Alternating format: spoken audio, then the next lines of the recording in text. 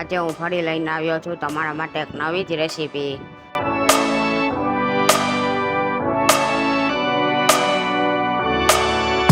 સાથે શેર કરીશ. બજારની લચ્છીને ટક્કર મારે તેવી 3 અલગ ડિફરન્ટ ટેસ્ટ વાળી યમી લચ્છીની રેસીપી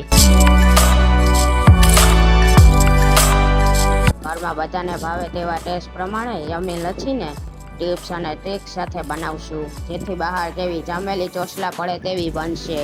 અને મેળવેલા દહીંને ઘાટું મલાઈદાર અને મોરું દહીંને જમાવવાની રીત શેર કરીશ.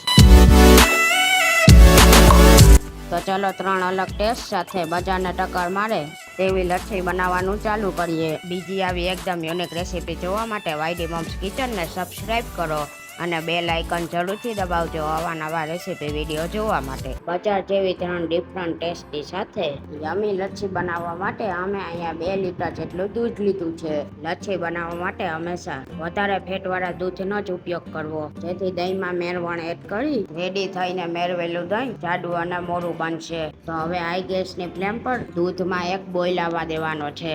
તો હવે દૂધને ચમચાની મદદથી સતત હલાવતા જશું, જેથી દૂધ પેનના તળિયે બેસી ન જાય અને દૂધ ફટાફટ ઉકળી જાય. અહીંયા અમે 8 લોકો માટે લચ્છી બનાવવાના છીએ, એટલા માટે અમે દૂધની ક્વોન્ટિટી વધારે રાખી છે, પણ તમે તમારી જરૂરિયાત પ્રમાણે વધુ કે ઓછું કરી શકો છો. તો અહીંયા દૂધમાં એક બોઇલ આવી ગયો છે, એટલે કે દૂધ ઉભરાવા લાગ્યું છે. દૂધને આ રીતે બોઇલ કરવાથી તેમાં થોડો પણ વોટર કન્ટેન્ટ એટલે કે થોડો પણ પાણીનો ભાગ હોય તો તે વયો જાય. તો હવે આ સમયે આપણે ગેસની ફ્લેમ બંધ કરી દેશું. તો હવે દૂધને ઠરવા માટે ઢાંકીને રાખી દેશું, જેથી તેમાં કોઈ પણ કચરો કે જીવાતું ના પડે. તો અહીંયા દૂધ ઠરી ગયું છે, તો તેમાં 1 ચમચી છાશનું મેળવણ એડ કરશું અને હવે તેને 7 થી 8 કલાક માટે કે પછી આખી રાત માટે ઢાંકીને રાખી દેશું. તો અમે અહીંયા દહીંને આખી રાત માટે જમાવવા માટે રાખ્યું હતું અને તમે જોઈ શકો છો દહીં એકદમ બજાર જેવું ચોસલા પડે તેવું બન્યું છે. તો હવે આ સમયે દહીંને લચ્છી માટે ઠંડુ કરવા 1 થી 2 કલાક માટે ફ્રીજમાં રાખી દેશું અને તે સારી રીતના જામી પણ જાય. તો જ્યાં સુધી દહીંને આપણે ફ્રીજમાં રાખ્યું છે ત્યાં સુધીમાં આપણે મેંગો લચ્છી માટે 2 નંગ કેસર કેરીનો રસ બનાવી લેશું. તો કેરીને સારી રીતના ધોઈ છરીની મદદથી તેની ઉપરની છાલ કાઢી લેશું. તો અહીંયા બંને કેરીમાંથી છાલને કાઢી લીધી છે. તો હવે છરીની મદદથી કેરીના પલને કાઢી લેશું, એટલે કે કેરીને નાના ટુકડામાં ચોપ કરી લેશું, જેથી રસ આસાનીથી બની જાય. અહીંયા અમે બંને કેરીને ચોપ કરીને કેરીના પલને કાઢી લીધા છે. તો હવે કેરીના ટુકડાને મિક્સર જારમાં એડ કરી કેરીનો રસ બનાવવા તેમાં થોડું પાણી એડ કરશું અને હેન્ડ બ્લેન્ડરની મદદથી તેનો રસ તૈયાર કરી લેશું. તો અહીંયા કેરીનો રસ તૈયાર થઈ ગયો છે. તો હવે લચ્છી બનાવવા માટેના દહીંને જોઈ લઈએ. તો તમે જોઈ શકો છો લચ્છી માટેનું દહીં એકદમ જાડું અને દહીં એકદમ બજાર જેવું ચોસલા પડે તેવું બન્યું છે અને તેમાં જરા પણ પાણીનો ભાગ નથી દેખાતો. લચ્છી બનાવવા માટે દહીં જેટલું મોરું અને જાડું હશે તેટલી જ લચ્છી સારી બનશે. અને જો તમારે દહીંને ન જમાવવું હોય તો તમે બહારથી રેડીમેડ દહીંનો ઉપયોગ કરીને પણ લચ્છી બનાવી શકો છો. તો હવે સૌ પ્રથમ દહીંને હેન્ડ મિક્સર કે પછી ચાળણીની મદદથી દહીંને ફેટી લેશું. દહીંને ફેંકતી વખતે બ્લેન્ડરનો ઉપયોગ ન કરશો. આ જ રીતે દહીંને હાથની મદદથી આ રીતના દહીં ઘટ રહી તે રીતના આપણે ફેટવાનું છે.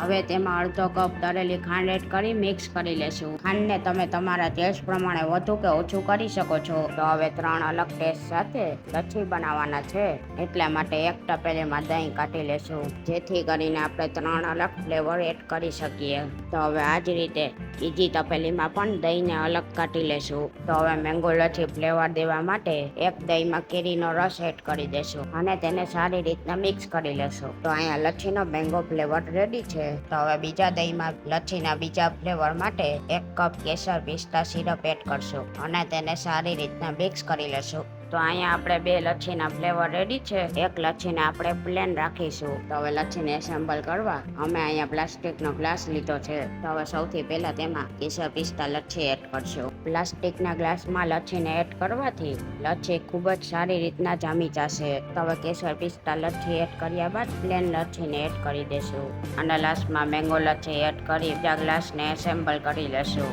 અહીંયા તમે લચ્છીના 3 ફ્લેવરને અલગ રાખીને પણ તમે પી શકો છો. અથવા તો લચ્છીમાં બીજા અલગ ફ્લેવર એડ કરીને પણ લચ્છી બનાવી શકો છો. અહીંયા અમે વચ્ચે પ્લેન લચ્છી એડ કરવાનું એક જ કારણ છે કે બંને લચ્છીના ફ્લેવરને બેલેન્સ થઈ શકે. અમે અહીંયા બંને ગ્લાસને 3 ડિફરન્ટ ટેસ્ટની સાથે લચ્છી એસેમ્બલ કરી લીધી છે. તો હવે ઉપરથી એક ચમચી ફ્રીજમાં સ્ટોર કરેલી દૂધની મલાઈ એડ કરશું, જેનાથી લચ્છીનો સ્વાદ ખૂબ જ સરસ આવશે. તો હવે ઉપરથી બંને ગ્લાસમાં કાજુ બદામ અને કિસમિસથી ગાર્નિશ કરી લેશું. અહીંયા તમે પિસ્તાને પણ એડ કરી શકો છો. તો તમે જોઈ શકો છો દેખાવમાં જ આપણી લચ્છી બાર જેવી લાગે છે. તો હવે લચ્છીને બાર જેવી જમાવવા માટે એક ટ્વિસ્ટ આવે છે. તેને ટ્વિસ્ટ કયો કે પછી સિક્રેટ ટિપ્સ કયો. તો હવે લચ્છીને બાર જેવી જમાવવા માટે આ રીતનું જાડું પ્લાસ્ટિક લીધું છે. તો હવે ગ્લાસને ઉપરથી આ રીતે ઢાંકી તેના ઉપર રબર ચડાવી દેશું. આ પ્રોસેસ કરવાથી લચ્છી જામીને બરફમાં કન્વર્ટ પણ નહીં થાય અને સારી રીતના જામી જશે. તો હવે બંને લચ્છીના ગ્લાસને પ્રિઝર્વેટિવમાં 4 થી 5 કલાક માટે રાખી દેશું. 4 થી 5 કલાક પછી તમને લચ્છીને બતાવું તો તમે જોઈ શકો છો બહાર દુકાન કે પછી ડેરીવાળા જેવી લચ્છી જામીને સારી રીતના તૈયાર થઈ ગઈ છે. અને તમને ચમચીથી બતાવું તો લચ્છીમાં એકદમ ચોસલા પડે તેવી લચ્છી બની છે.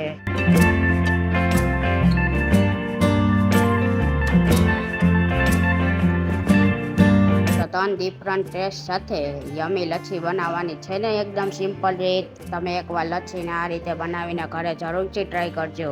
અને જો તમને અમારી આ લચ્છી બનાવવાની રીત ગમી હોય તો અમારા વિડીયોમાં એક લાઈક કમેન્ટ કરી અમને જરૂરથી કહેજો. અને અમારા આ વિડીયોને ફેમિલીમાં જરૂરથી શેર કરજો. અને અમારી ચેનલને સબસ્ક્રાઈબ કરવાનું ન ભૂલતા. ફરી મળીશું આવી એક નવી જ રેસીપી સાથે.